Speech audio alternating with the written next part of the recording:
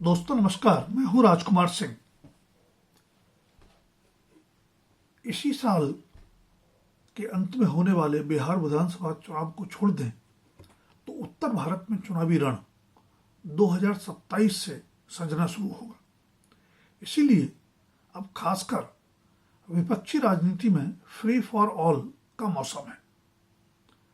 अरविंद केजरीवाल की आम आदमी पार्टी को दिल्ली की सत्ता से बेदखल करवा देने के बाद कांग्रेस के निशाने पर मायावती की बहुजन समाज पार्टी है। आपके मन में सवाल उठ सकता है कि आम आदमी पार्टी से दिल्ली की सत्ता तो बीजेपी ने छीनी है, फिर कांग्रेस का जिक्र क्यों?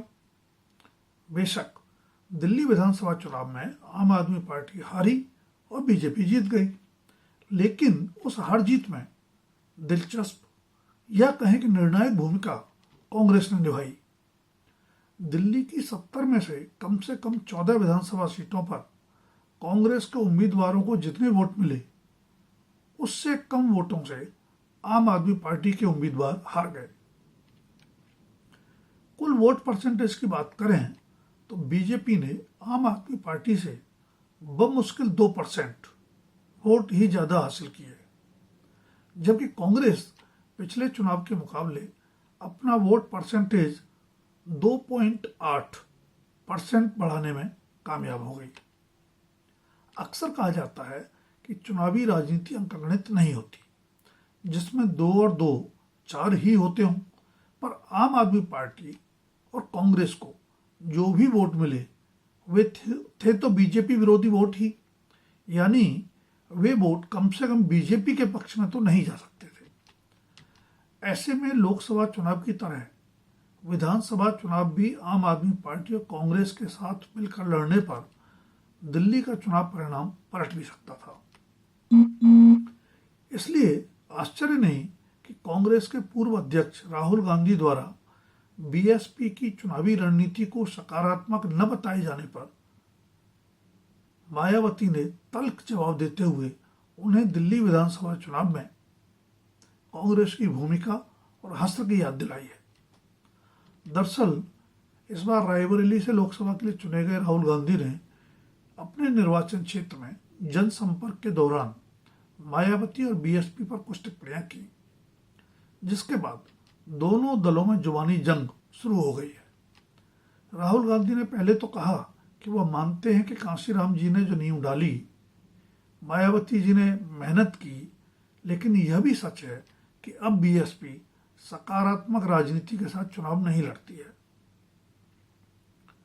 राहुल ने आगे कहा कि वो चाहते थे कि लोकसभा चुनाव में बीएसपी भी विपक्षी गठबंधन इंडिया में शामिल होती, और अगर वैसा होता तो बीजेपी हार जाती। जाहिर है राहुल गांधी अप्रत्यक्ष रूप से मायावती की बीएसपी पर बीजेपी की बी टीम की तरह राजनीति करने का आरोप लगा रहे हैं। बेशक मायावती या उनकी पार्टी पर ऐसे आरोप पहली बार नहीं लगे। खासकर 2019 के लोकसभा चुनाव में अपनी चिर प्रतिद्वंदी समाजवादी पार्टी से गठबंधन करने के बाद से मायावती की राजनीति और चुनावी रणनीति सवालों और संदेह के घेरे में रही है। ध्यान रहे कि 2019 के लोकसभा चुनाव में गठबंधन का सबसे ज्यादा लाभ बीएसपी को ही मिला था, जिसके 10 सांसद चुनकर आए थे, जबकि समाजवादी पार्टी के मात्र 5 सांसद ही जीत पाए थे। उसके बावजूद चुनाव के बाद मायावती ने समाजवादी पार्टी के वोट बीएसपी उम्मीदवारों को ट्रांसफर न होने का आरोप लगाते हुए गठबंधन तोड़ने का ऐलान कर दिया था। उसके बाद से तो समाजवादी पार्टी के प्रभाव वाली अल्पसंख्यक बहुल सीटों पर बीएसपी चुन चुनकर मुस्लिम उम्मीदवार उतारती रही है, ताकि अल्पसंख्यक वोट बढ़ जाएं और हिंदू वोटों के सहारे बीजेपी उम्मीदवार जीत जाएं। सीट दर सीट देखेंगे तो पाएंगे कि किसी हद तक मायावती की बीएसपी की चुनावी रणनीति कारगर भी रही है। इसीलिए बीएसपी पर बीजेपी की बी टीम की तरह चुनाव लड़ने के आरोप लगते रहे हैं। बीएसपी का चुनाव दर चुनाव घटता वोट बैंक बताता है कि मायावती को भी इसकी भारी राजनीतिक कीमत चुकानी पड़ रही है। फिर भी उनकी वही चुनावी भूमिका कई सवाल खड़े करती है। जिनसे संदेह भी पैदा होता है। बेशक 2024 के लोकसभा चुनाव में इस खेल के बावजूद समाजवादी पार्टी और कांग्रेस का गठबंधन उत्तर प्रदेश में बीजेपी को पछाड़ने में सफल हो गया।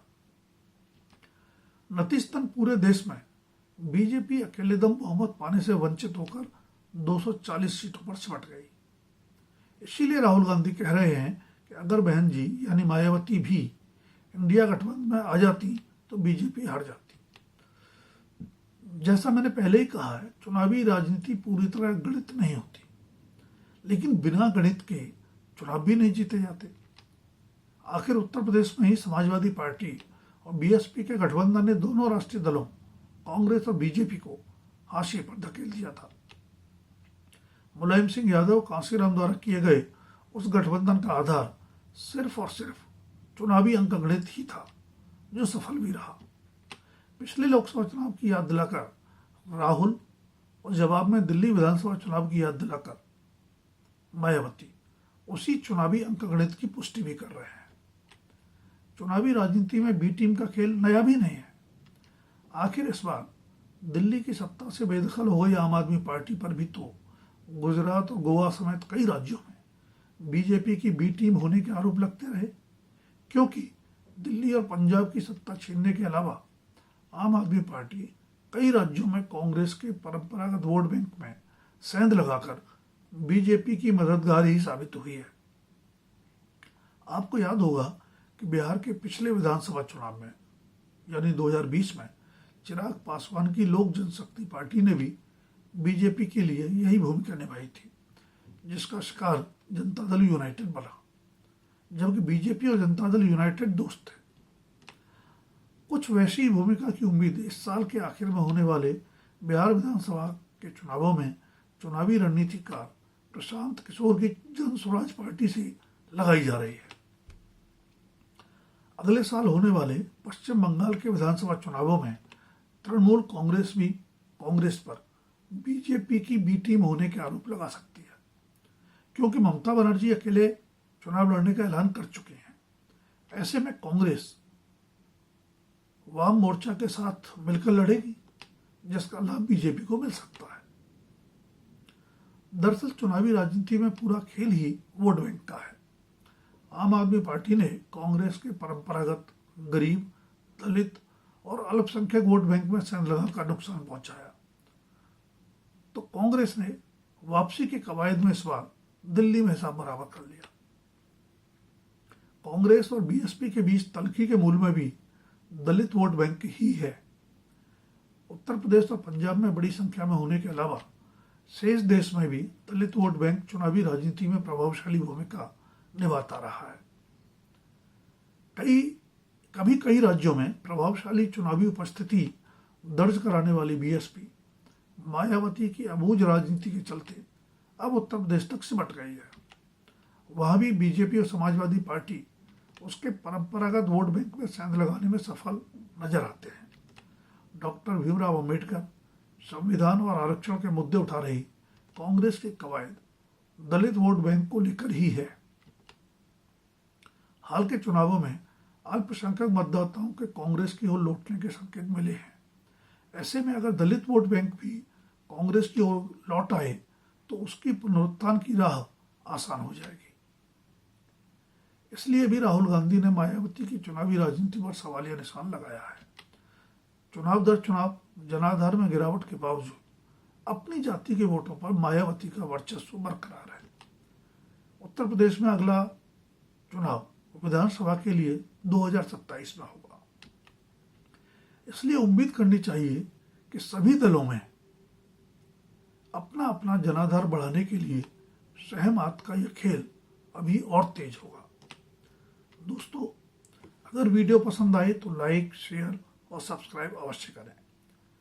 मायावती की राजनीति पर अपनी राय भी कमेंट सेक्शन में दें। धन्यवाद। अभी के लिए इतना ही। जल्द फिर मिलेंगे किसी नए विषय के साथ।